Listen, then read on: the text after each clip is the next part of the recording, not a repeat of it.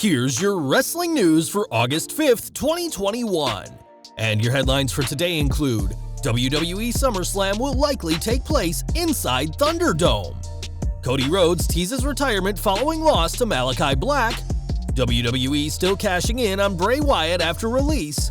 Ruby Riott is heading to AEW. AEW segment removed after receiving major fan backlash. PBR ad airs on AEW Dynamite featuring wrestling stars. Malachi Black reveals how much creative control Paul Heyman really had in WWE. Miro comments on Lana possibly joining AEW. John Cena takes a dig at aging WWE wrestlers, and more. We are kicking off with WWE SummerSlam, which will happen on August 21st and is expected to be as big, if not bigger, than WrestleMania 37. That claim by Stephanie McMahon is now in serious jeopardy, as according to Bodyslam.net, WWE is concerned that the show won't go down as planned.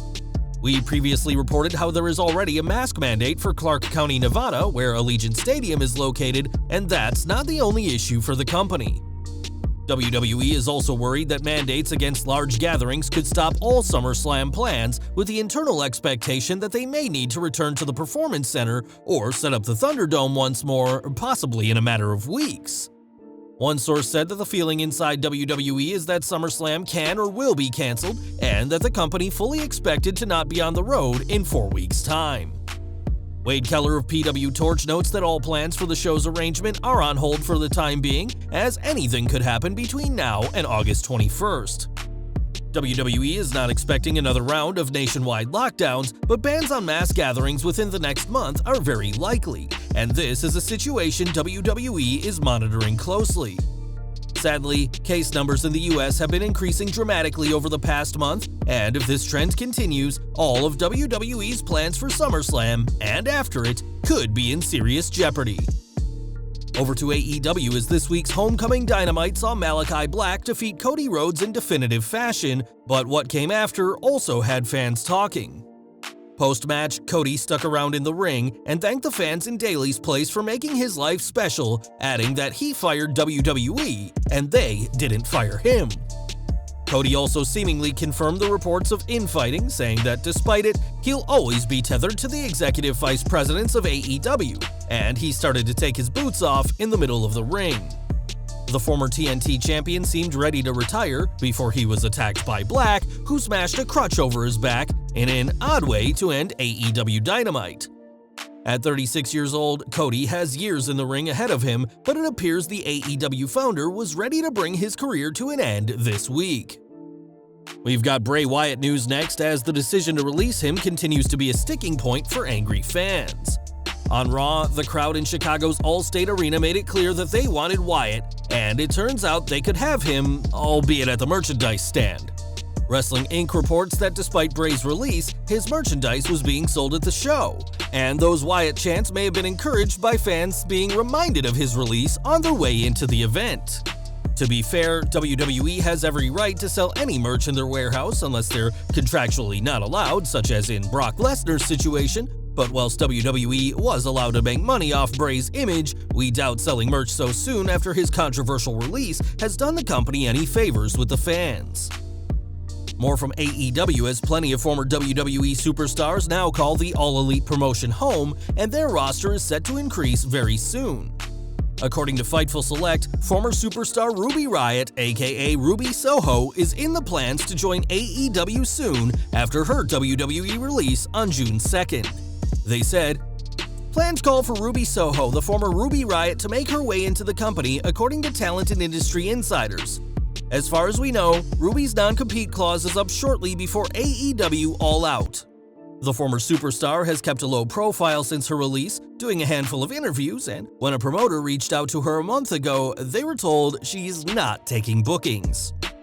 After news of her impending AEW debut came out, Ruby Soho was trending on social media, as fans are excited to see what she does next. YouTuber/radio personality JD from NY said that Ruby could be the face of the AEW women's division in a tweet which earned over 750 favorites, and noted that Ruby Soho is a real Rancid song, and Tony Khan is known to purchase the licensing rights for songs when the mood strikes him. Soho has also registered the name The Runaway, which could be a moniker when she joins AEW, which could be as soon as All Out on September 5th. In Fightful's report, it was noted that Ruby's work, backstage demeanor, and attitude have been unanimously praised across various promotions, and we'll have to see when she debuts for AEW and who she'll face first. It seems that Ruby Soho will be in the same company as Chris Jericho, who this week won his third Labor of Jericho, defeating his WCW nemesis Juventud Guerrera with a top rope move. Jericho had little time to celebrate, as post-match, his fourth Labor was announced, as he'll now have to face Wardlow in a match where MJF is present ringside. Beating a monster like Wardlow would be difficult in itself, never mind having to deal with MJF at ringside, and it'll be interesting to see how Jericho overcomes the odds in his efforts to face MJF in the ring again. Now, before every match, Max Caster likes to throw out some serious insults to his opponents in the form of a rap, but his performance crossed a serious line this week. Before teaming with Anthony Bowens, The Blade, and Matt Hardy to face the Varsity Blondes and the Sydal brothers on AEW Dark, Caster made several tasteless comments, including a reference to the 2006 Duke lacrosse case, where 3 Duke University lacrosse players were falsely accused of forcing themselves on a female student and assaulting her. Caster also took a dig at 19-time World Gymnastics champion Simone Biles, who recently withdrew from the Tokyo Olympics, citing mental health issues, saying how his opponents would be left with mental health issues too. Now these bars have been edited out of the broadcast, and clips of Caster's rap that have been shared on social media are also being taken down for copyright claims. Interestingly, WWE have also got on board with the Biles bashing, as Charlotte Flair took aim at the massively talented gymnast during this week's Raw, and we'll have to see what consequences, if any, Caster faces after this week's performance. More from AEW as a very interesting commercial aired for Pabst Blue Ribbon this week, featuring GCW World Champion Matt Cardona. In the ad, Cardona, alongside Brian Myers, sit by a pool, and after Cardona cracks open a PBR, a full party appears, including Cardona's fiancée/Impact wrestler Chelsea Green, a cameoing Hornswoggle, and AEW's smart Mark Sterling. Last week, Domino's Pizza threatened to pull advertising from AEW when an ad for their pizzas aired the same time Nick Gage used a pizza cutter on Chris Jericho. Not long after, PBR tried to capitalize on the seemingly available advertising spot, and the company got their wish this week with this massive crossover advertisement. Now, before he was decimating Cody Rhodes in AEW, Malachi Black was Aleister Black in WWE before his release earlier this year.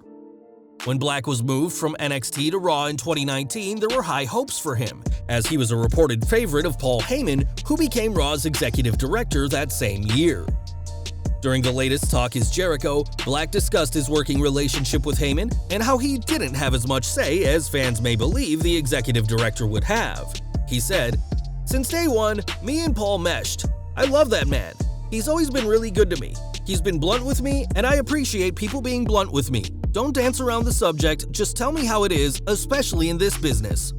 Paul had big ideas, not just with me, but with a lot of younger people like Buddy Murphy. He once told me that he had one night of control, that was the first night. After that, everything became a fight. Maybe fight's not the right word, but a debate? I can understand, but it makes you wonder. I let it go because we were fighting tooth and nail to get me out of the room and to progress. Black was released by WWE on June 2nd, mere days after he debuted a new character on SmackDown Live, and who knows what could have happened had Paul Heyman had more control as Raw's executive director. AEW TNT champion Miro knows what it's like to be let down by WWE, as does his wife Lana.